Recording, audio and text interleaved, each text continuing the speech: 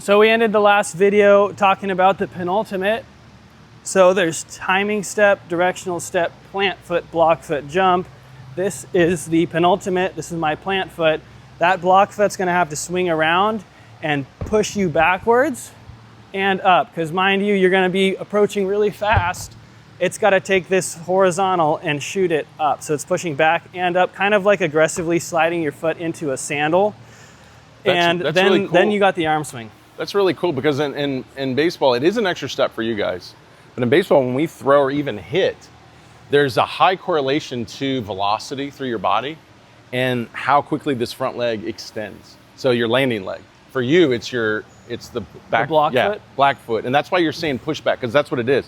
It's a vertical force, but it's a pushback, because the vector, which is the shin, is pointing back. Yeah, it's got to combine with it to create, and it's got so much of this, it's got to be like that. So if throwers land in flexion, but finish in extension, they have higher velocity than if they never get to extension.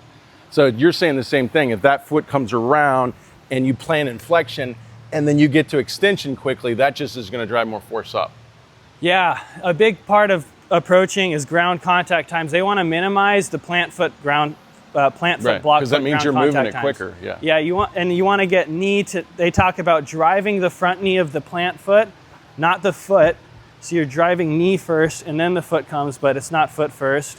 So it's knee, foot, and then here. And so what that means is like, if you're landing locked out, it's actually hurting your well, in jumping, they say to land, I've seen, they're a little bent, but like the best dunkers, they're pretty well, then straight. You're using it like a pole vault.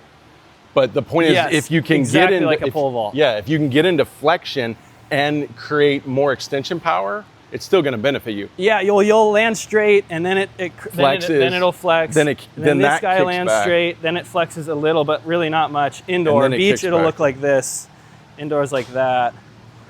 So, but it's the action of jumping, really. Yeah. It's this, which is the extension of the leg, which is the jumping effect. So you're doing that here. You're flexing and driving, like you were showing. You're landing. You're stopping your momentum. You're catching it. And you're flexing and driving. Yeah. So everything is a coupling of energy. So the initial drive is going to create a force just over your body weight, because at the end of the day, we have to push more force over our body weight to move off the ground. So the back leg's going to push just a little bit more force, but it's going to deliver it to the front leg, which means now the front leg has even more force to build from. And then it's going to push back and it's going to create an even higher force. And it's this cascading, this dominoing of energy going up and up and up every time a movement builds off of that force. Yeah, that makes, the cascade event. I like the energy flow you talked about. Yeah. A lot of baseball words, guys, they're way ahead of the volleyball world. So it's really useful to get in tune with how they speak. What you can see is in a very advanced way of building ground force. So I think it is smart to really learn it in volleyball, is how do you build ground force? Because y'all are working really hard to get a lot of ground force. Yeah. Yeah, so to summarize kind of the end of the approach before we jump off the ground, which will be the next video, you're gonna wanna drive with your knee. You wanna get your block foot around as quick as possible, so it's not 1-2 jump, but it's 1-2 jump. So that 1-2's gotta be real quick. You wanna get your knees together quickly. They're not together. They're not together. Now they're together. You wanna get knee to knee as quick as possible. And a big way to do that is swinging that block foot around aggressively.